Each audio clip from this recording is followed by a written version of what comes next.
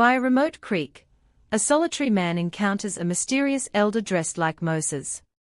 What transpires between them? Who is this old man and why is he there?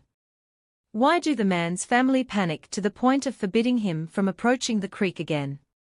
Explore the unknown, subscribe without pause. Don't miss an episode, click subscribe to join our adventure. They had been established at their home for some decades before this story and remained there a good time after.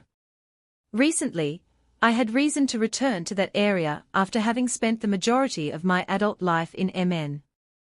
Being in and around the area driving the same roads made me reminiscent about my lazy summer days.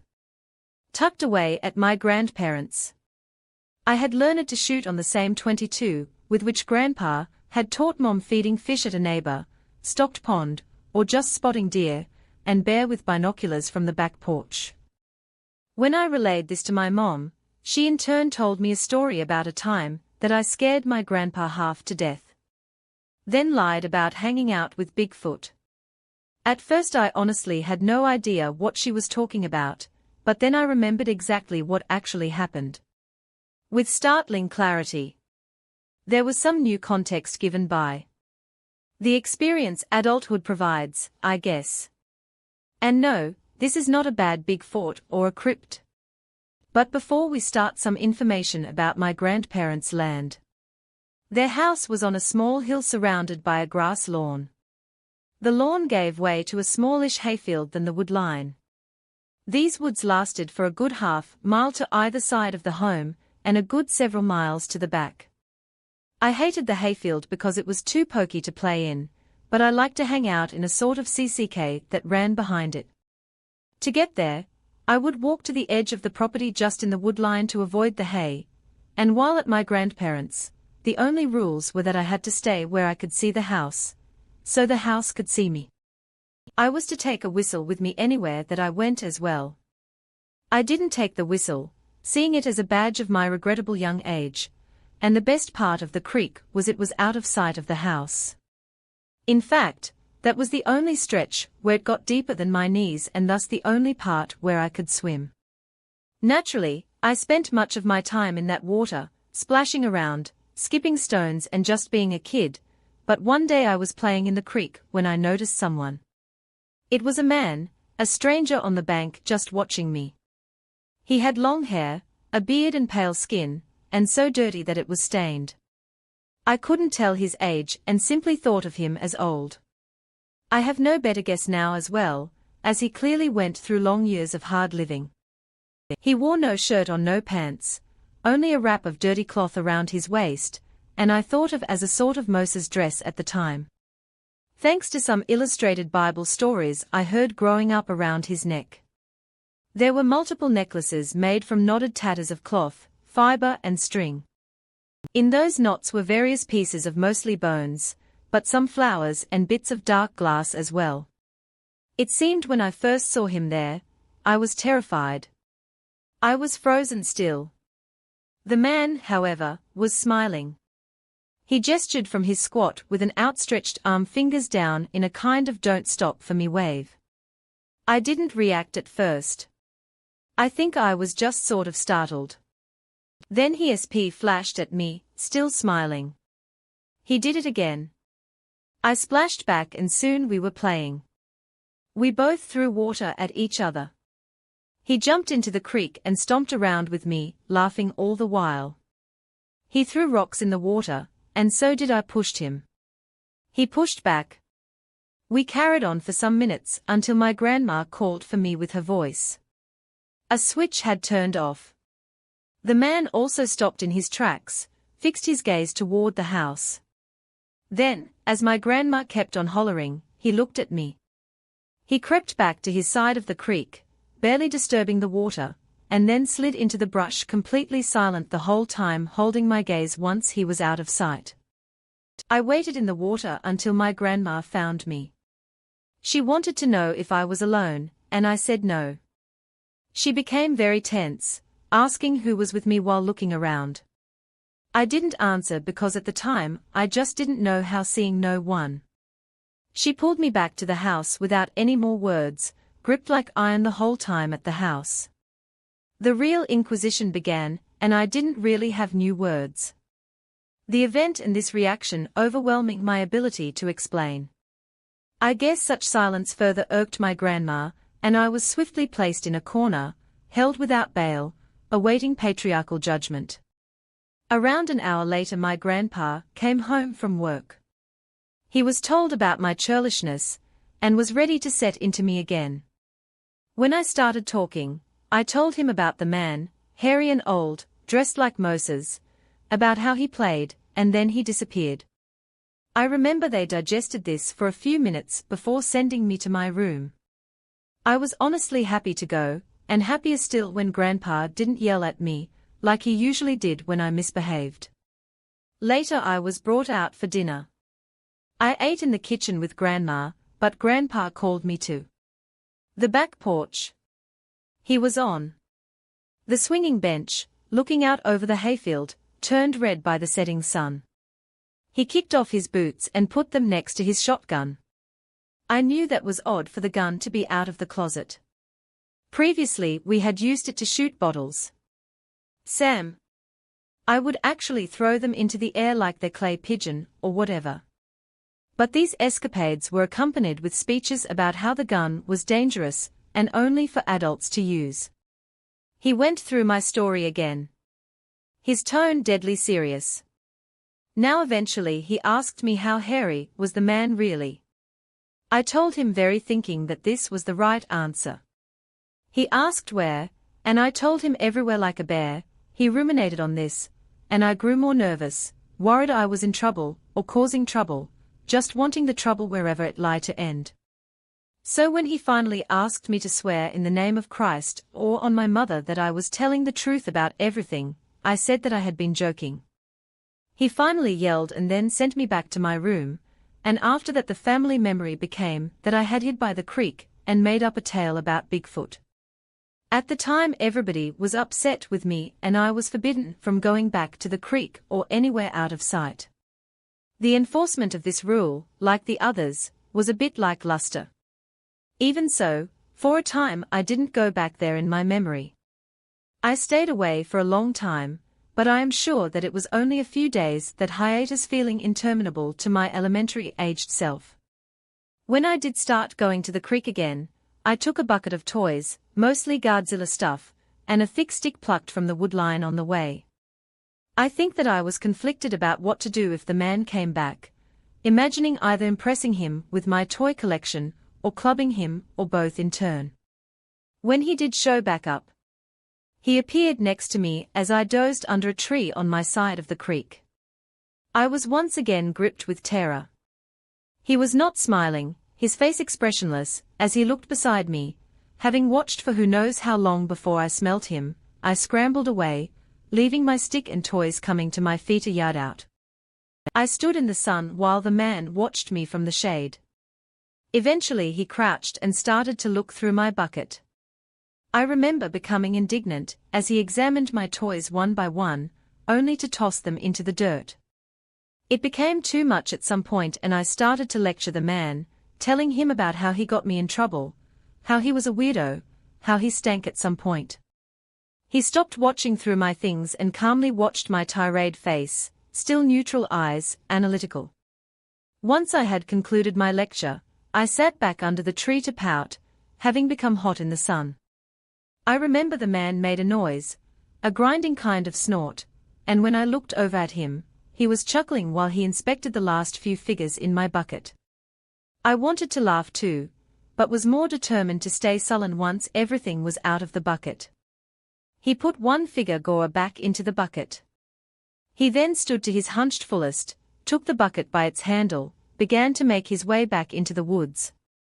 I stayed by the tree line until he turned, said something, not a word that I knew or know, and gestured with a forward sweep of his hand. At first I didn't comply, despite knowing that he wanted me to follow. After a few moments he yipped, clicked his teeth and gestured again more emphatically with this further prompt. I did get up and come along the man, making improving noises and putting on his smile again. We went into the woods the man led, but he was naturally quicker and quieter, making it hard to keep up. Eventually he would stop when he lost me, knocking on the trees with sticks and whistling AR rhythmically so that I may find him in the vegetation. He never came back for me, though, opting instead to guide me forward with the noises at this point, and it was at this point that I became lost, having only a vague sense of my grandparents' place being behind me. After some time, maybe 15 minutes, we came to a bowl. The man had me wait there indicated by patting the ground before going into the tree line alone. He returned from a different direction pulling a sled. It was made from half of a discarded plastic drum and lined with small pelts and smooth bark, and on the back half there rested the fly-covered carcass of squirrels, opossums and other critters, savaged into anonymity on the pulling end. Woven pouches were tied into place on it by the same eclectic cordage that made the man's necklaces. He put my bucket on the sled and tossed a Ghidorah in a pouch. He then called me closer with a glottal noise and a beckoning wave. I saw the sled's pouches held many odds and ends, dried salamanders, mushrooms, metal bits, glass fragments. From one the man pulled a square made from bound-together sticks just big enough to slip over my wrist. From another, he pulled a piece of fool's gold and a small shard of geode, crusted with a sort of bit of purple crystal. It looked like these. He handed to me with an air of business, and made a few more utterings of nonsense. He then ped the ground again for me to sit. I did so without much bewilderment, understanding that we had traded the same as exchanging Pokemon cards at recess.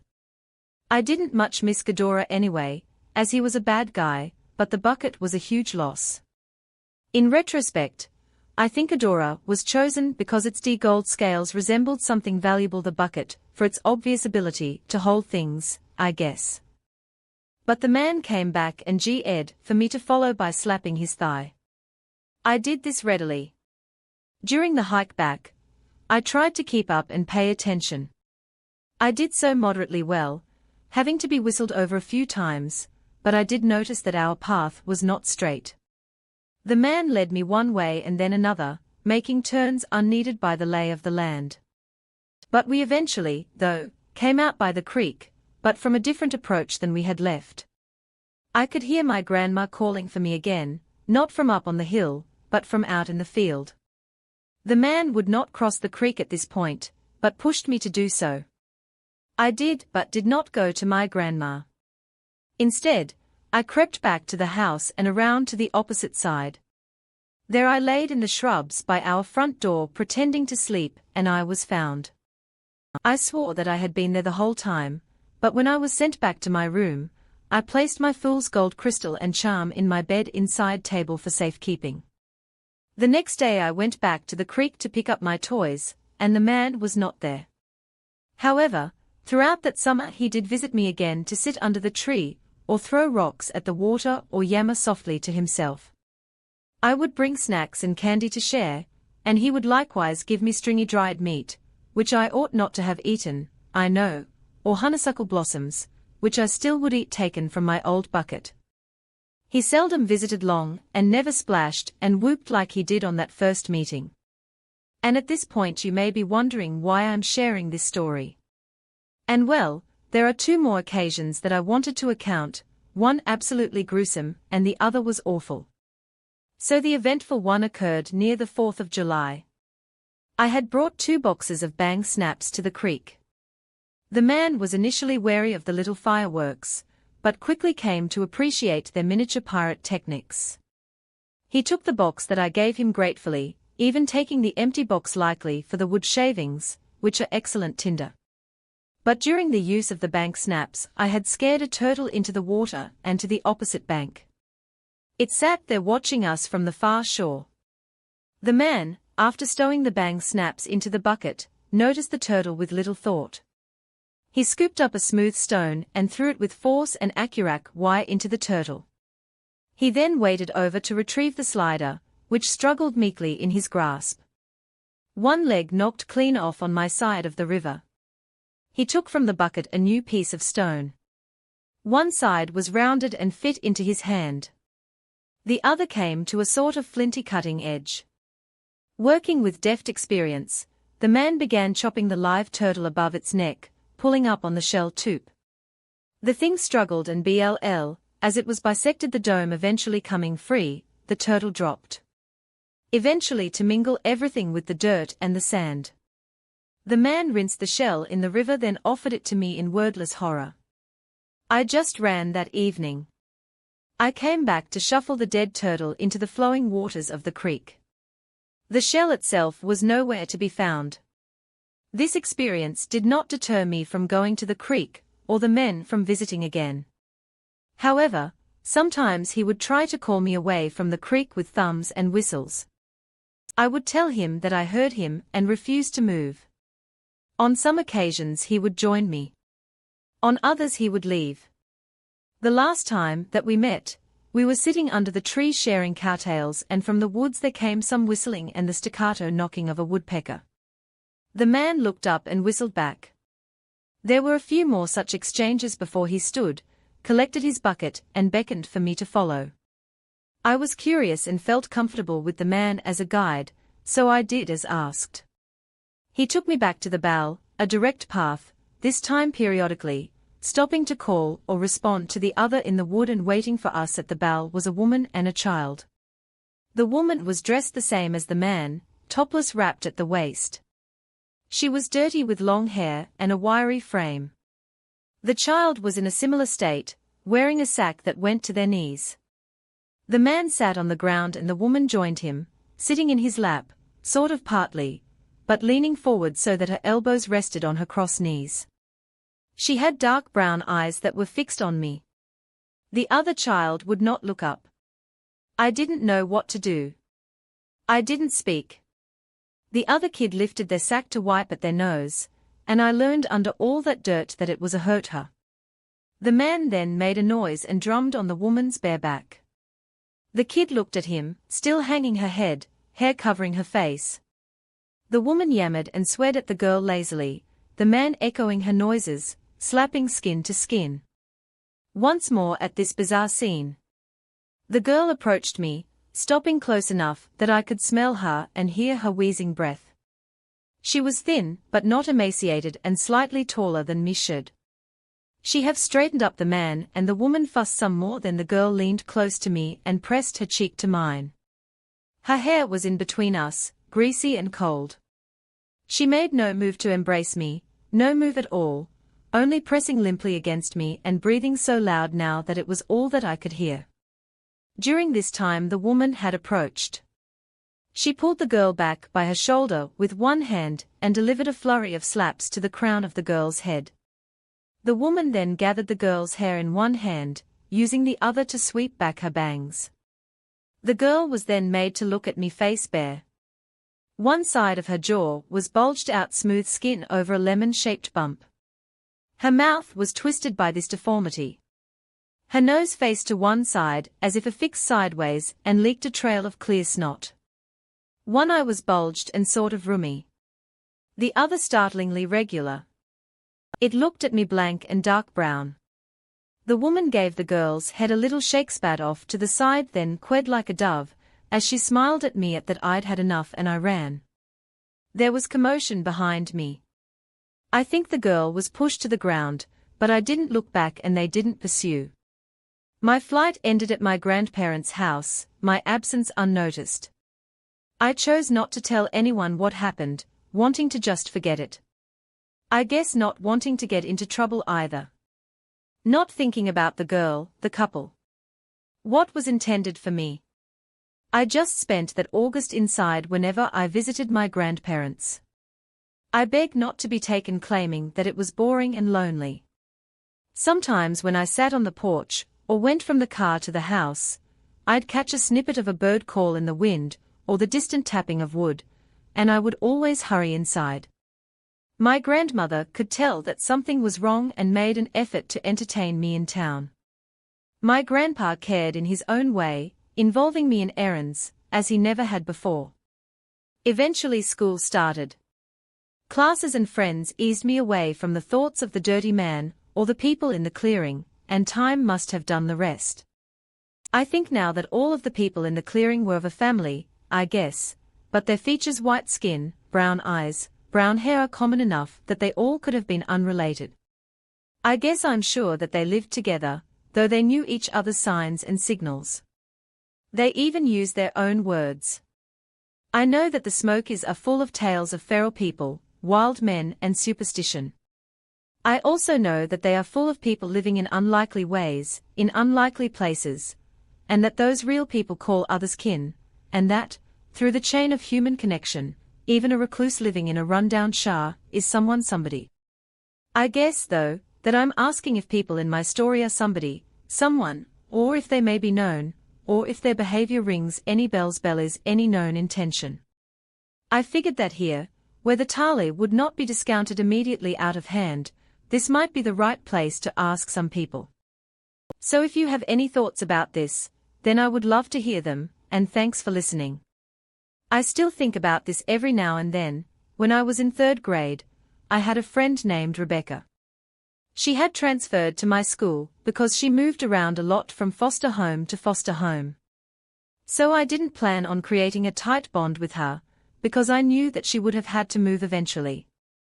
Throughout the school year, she was my only friend, though she was somebody who truly understood me.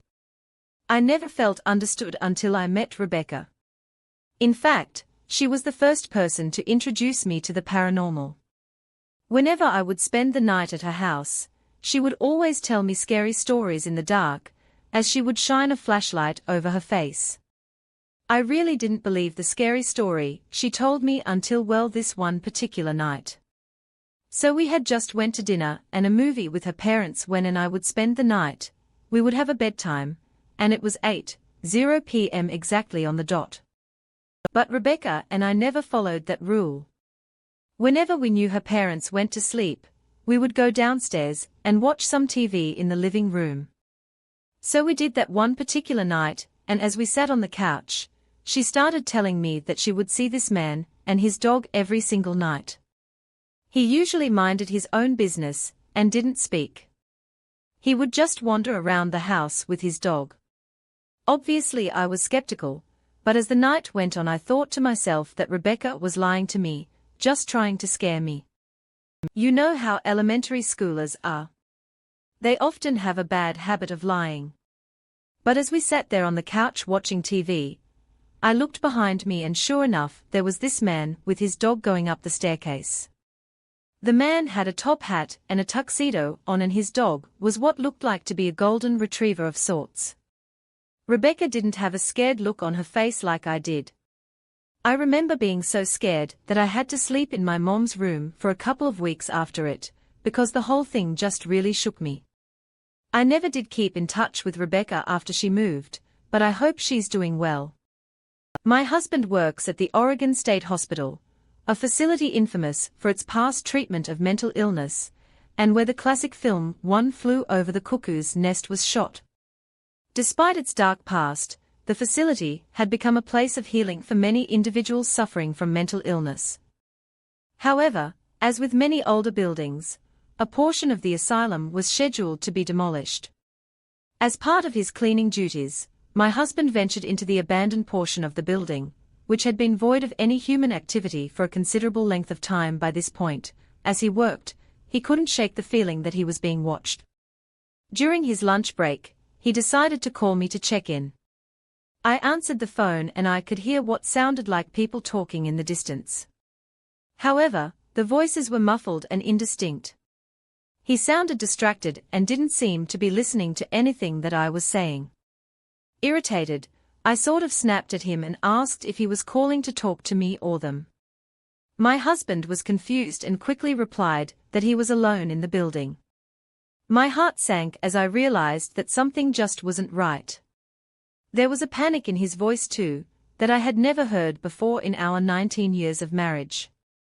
After that experience, my husband was understandably shaken, but he continued to work at the asylum. He never had any other experiences like that again, but the memory of that day still very much creeps us out. I lived in this house for about 7 years and I have a lot of stories, so I apologize if this is a little bit long. I've tried to structure it in a chronological sense as best as I can anyway, but for some background info. This is in a small town in central Texas. The house is a one-story 3-bedroom 2-bath with a front and back living room, a nice-sized backyard with a palm tree gazebo, and a shed converted into a bar. It was right across the street from a Catholic church cemetery, and after we moved out we found out that the property used to be an orphanage in the 1960s. But shut down because before that it was a funeral home, with a crematorium, that the orphanage was using to dispose of the bodies of the now nourished and abused children living there. Me and my immediate family, were initially hired to clean up the house, after the previous tenant trashed it absolutely trashed it too. The carpet when we cleaned it was a light beige color, but it started out black. There were humanized holes in the walls, as if someone was slammed repeatedly all through the house. Dead chickens and other animals were all over the floor, along with black candles, pentagrams on the walls and floor, and some mystery blood smeared on the back closet of the master bedroom as well. How did we feel comfortable enough moving in after we found all of that? Well, when it was cleaned up. It was a really nice place and the rent was only $450 a month. We should have known just based off of the low rent, but I digress. So the first incident. It was our first day in the house. I had most of my stuff in already, so my parents told me to wait at the new house while they went to our old house with my siblings to get some more stuff and all that. I decided to take a nap after putting a few things on my dresser. In the center of the dresser I put a Mary candle my mom had given me. Might be important to note, too, that the most satanic stuff was found in the master bedroom, that had a walk-in closet, a dressing room, and its own bathroom. This room became my room, because everybody else was too scared to even set foot in it, including my parents the whole years that we lived there. The only time anybody else but me set foot in that room was before we moved in while we were cleaning the house. My little brother got the middle room, and my little sister got the room next to his at the end of the hall next to the other bathroom, and my parents opted to turn the back living room into their bedroom.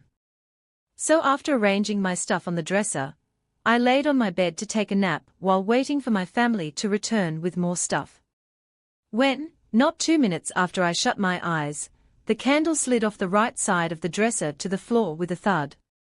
I was a little bit freaked out, but as I was by myself, I try not to let it get to me too much, rationalizing it, saying that it was the wind or my dresser was crooked or slanted or something. I checked the dresser by pulling it away from the wall a smidge, and putting a ball in the center to see if it rolled, and it didn't. Then I checked all the doors and the windows to make sure that there wasn't a drafter or anything like that. I put the candle back in the center and I laid back down when, not even a minute or so after I shut my eyes, the candle slid off the left side, this time like someone was sliding it, and it fell. I literally said nope, and I ran outside and waited on the porch until my family got back. When they questioned why I was outside, because it was summer and Texas is really hot in the summer, I replied that I wanted some fresh air and sun, trying to play it off so that they wouldn't think that I was crazy here now. The second incident. This was after we had been living there for a few months. I was asleep in my room with the door open, because it made me feel better, and the rest of my immediate family were gathered in my sister's room down the hall, telling each other ghost stories, as it was close to Halloween. At this point, my mom said something along the lines of, "You all better stop telling that stuff before something happens." And right after she said that, my door slammed shut with so much force that it shook the entire house. I instantly started screaming. Side note too, when I was younger, I used to sleep, talk or walk a lot, especially if there was paranormal activity in the house, as this wasn't the last time that we lived in a haunted house. Unfortunately, my mom urged my stepdad to go and check on me, but he just said, "You go and check on her."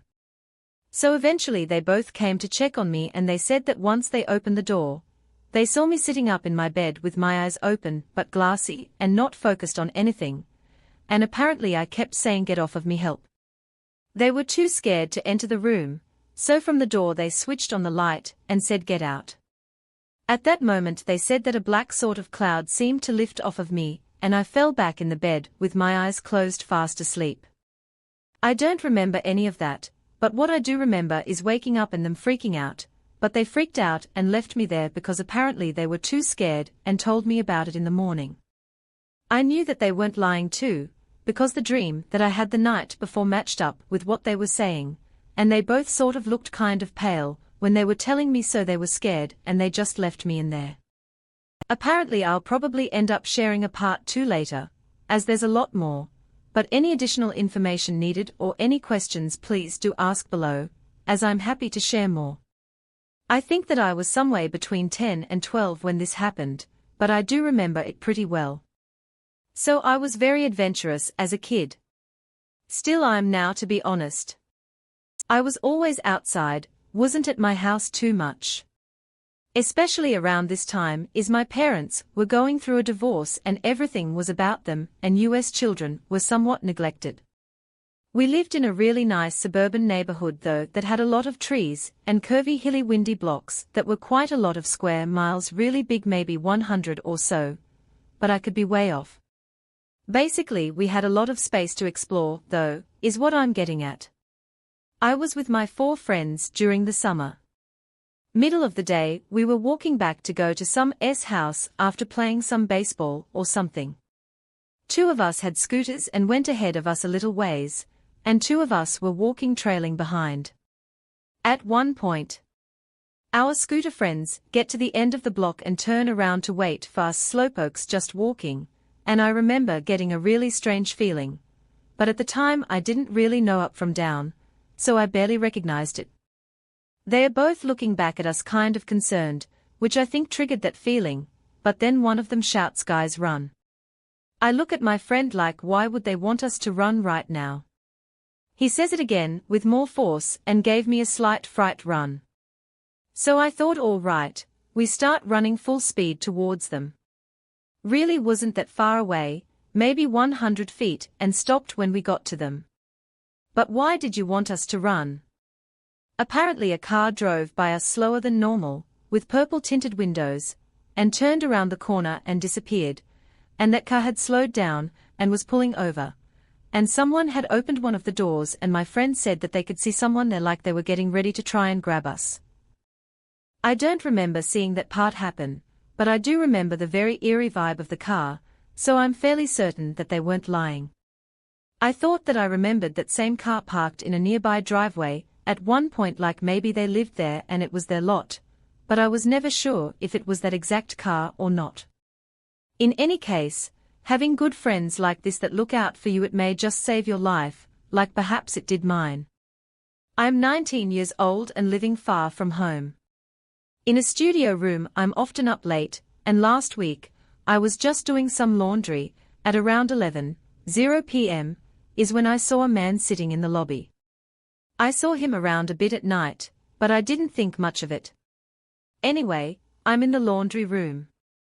I just put my clothes in the dryer, I think, and I hear the laundry room door beeping, which meant that someone was coming in. There was the man standing there with no clothes to wash, just sort of staring at me. I maneuvered around him and headed to the lifts. He followed me quickly and cornered me and asked for my Snapchat. I was tired and I just wanted to get back to my room, so I stupidly gave it to him. I figured that he'd message and try and flirt a bit, and I'd say I have a boyfriend. Sorry if you thought that this was anything else, and that would be the end of it. I'm about 5 feet 4 inches with very long red hair, and I'm half Indian and English with Afghanistani descent. So I'm wide passing, I guess, but kind of exotic. But people tend to stare at me a bit because I look a bit different. Anyway, he starts messaging me. It's kind of normal, but then he starts saying weird stuff like, "I saw you a month ago, and I was impressed. I've been visiting a friend and staying here, and I've been watching you. I noticed that you come out mostly at night." He told me that he was Saudi Arabian and only visiting for 5 more days, but then it gets worse. He then says, "I love you, I can't help it," and then I say I have a boyfriend and he says I only want you and continues to completely ignore that. He asks to come to my room and I said no. Then apparently he wanted a hug. He asked me if I lived alone and if I was a virgin. He kept saying that he loved me and that I was perfect for him. That I impressed him. At that point I recorded all the messages on Snapchat, spoke to him a little bit more to gather evidence so that I could take it to the reception in the morning, because apparently he's been watching me for a month. I got my guy friend, who lives on the second floor, to walk me down to the laundry room too. We sat in the student lounge area, and my friend calmed me down. I was shaking with adrenaline and fear at this point, but we saw him around the laundry room again looking for me, but luckily I'd already picked it up. I ran back to my room and my friend says that I can stay in his room, but I said that it's okay. I'll just lock my door. Then it's about 1:00 a.m., and I hear someone outside of my room trying to get in by sort of fiddling with the doorknob. I asked my friend if he was outside of my room and he messaged back, "No," and at that I just froze. I didn't want to make a sound, but I felt sick in my stomach and completely helpless. Thankfully, eventually it stopped and whoever it was, they must have left in the morning.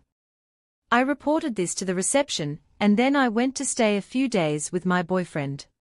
Then after that I went to London to visit a friend, and last night was the first time that I'd spent a night in my room since this happened, but I'm very paranoid now.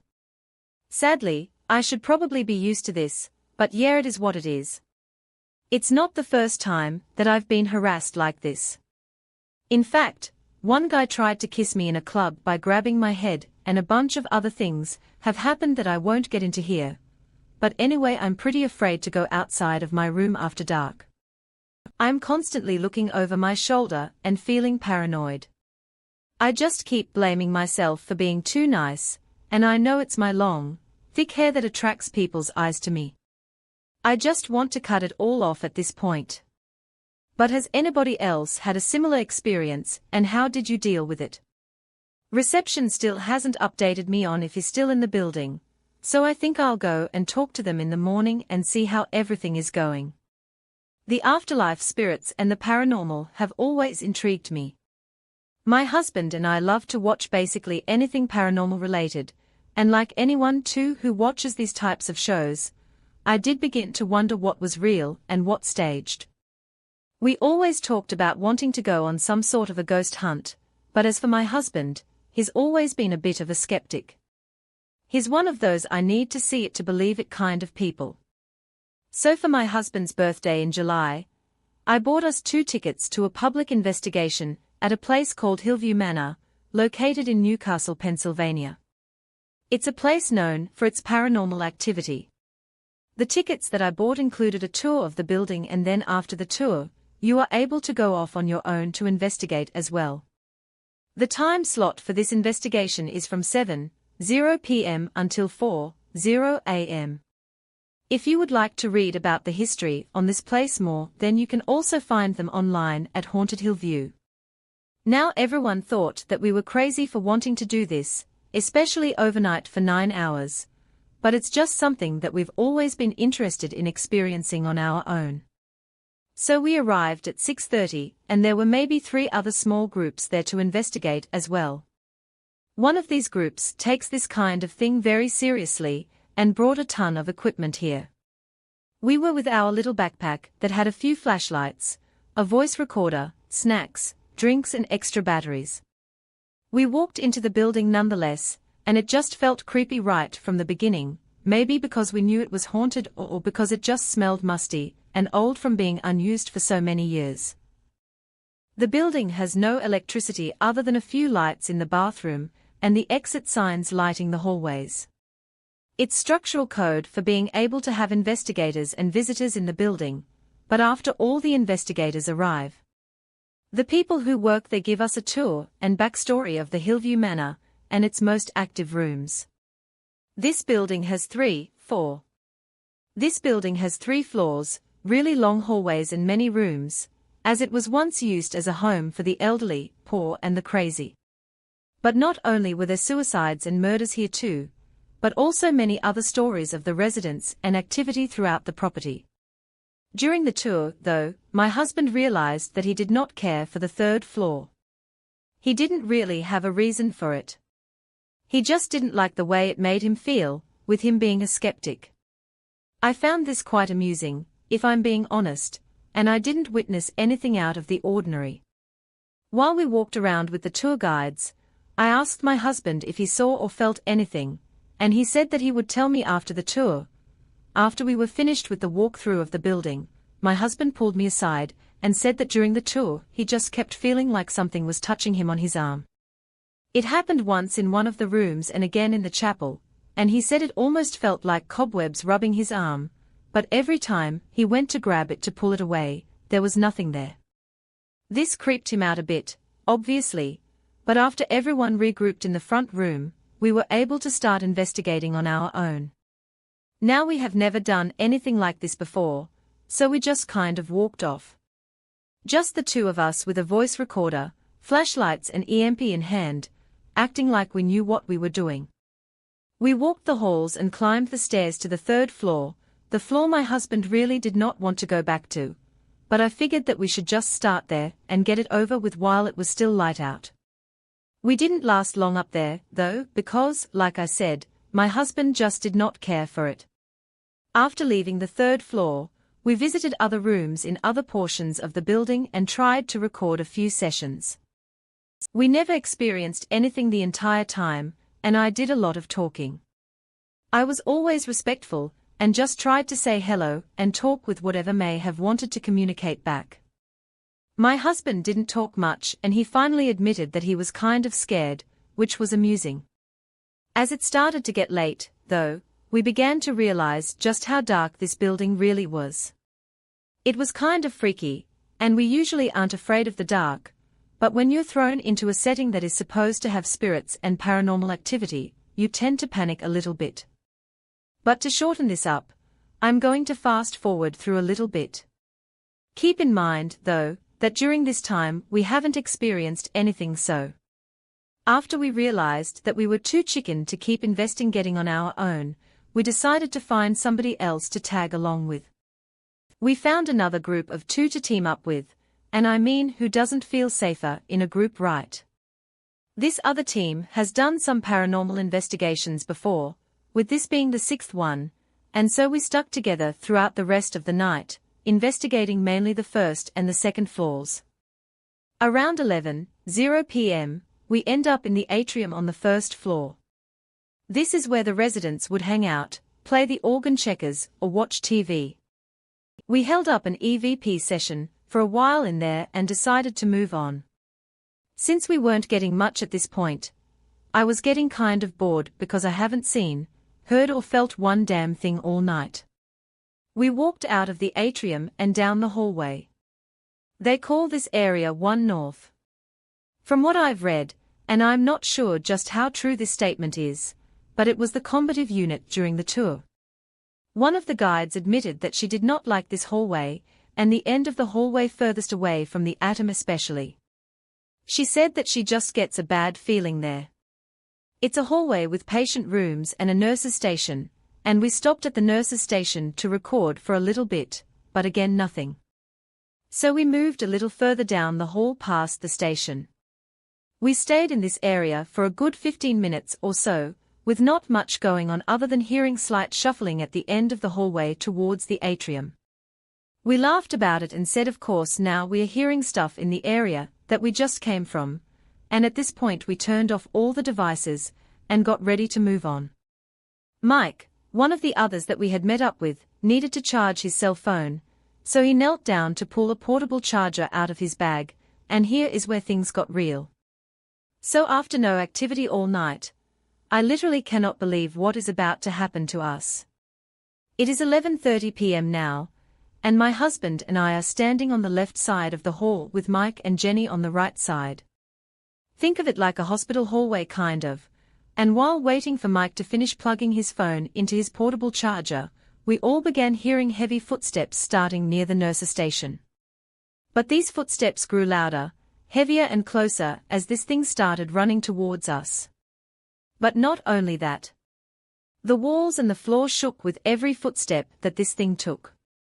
It ran so fast and so hard down this hallway at us that before we knew it was between and through all of us. And just an immediate rush of electricity, is the only way I can describe it, ran through my entire body. Screams of absolute fear escaped each and every one of us, and I've never heard my husband scream that way that he did that night. He's a tough guy, so to hear him get startled by anything was just crazy to me. I was backed into the wall of the hallway. My husband tripped over his feet and fell backwards. Jenny fell into the room behind her, and Mike stayed crouched down, where he was still trying to plug in his phone. It all just happened so fast, but it was so real and so scary. It was at this stage too that my husband started yelling, "Okay, we're leaving, enough." We immediately ran to the office, which thankfully was not very far away. We walked through the office doors and I just completely lost it. I fell to my knees, bawling and shaking, and I was wearing my Apple Watch at the time and received a notification that my heart rate was way too high. I later checked this to see what it was for, and in just 2 minutes my heart rate jumped from 120 to 180 plus BPM. I knew that they had surveillance cameras, and I told them that they needed to rewind the footage right now and show me what the hell that was.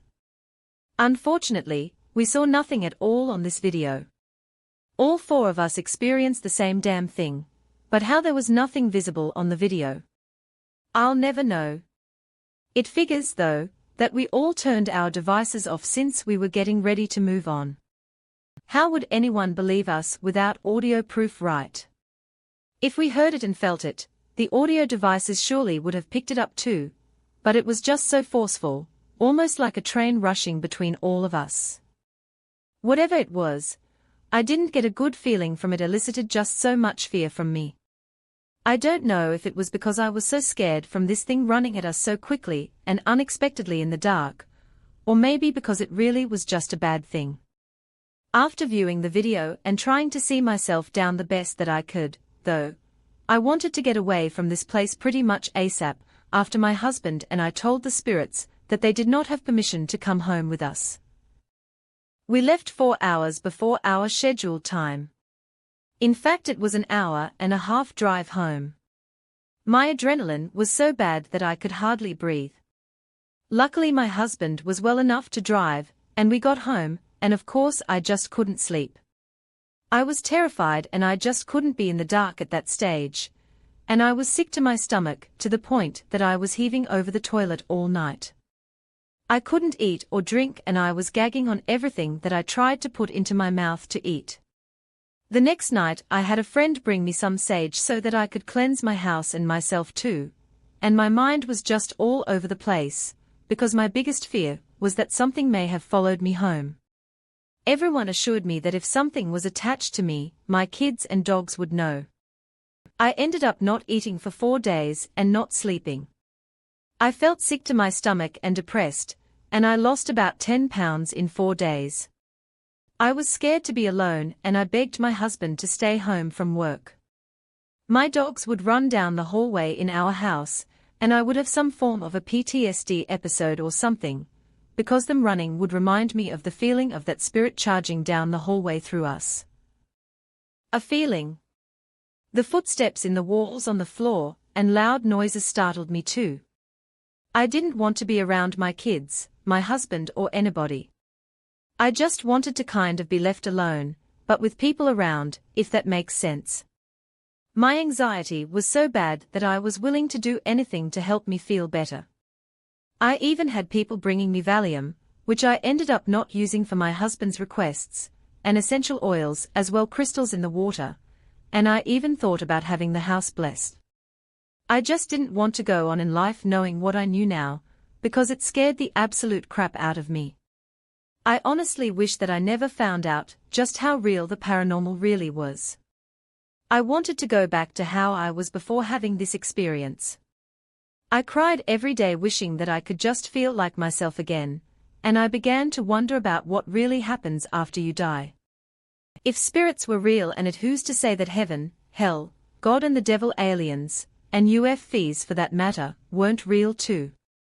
I would lay in bed wide awake all night, freaking myself out while listening to every creak of my settling home, mad at my husband for being able to sleep so soundly while I was unable to sleep until I felt safe enough after the sun came up. I did a lot of reading on the internet after this incident, and I figured out that what I was suffering from was severe panic and anxiety due to trauma.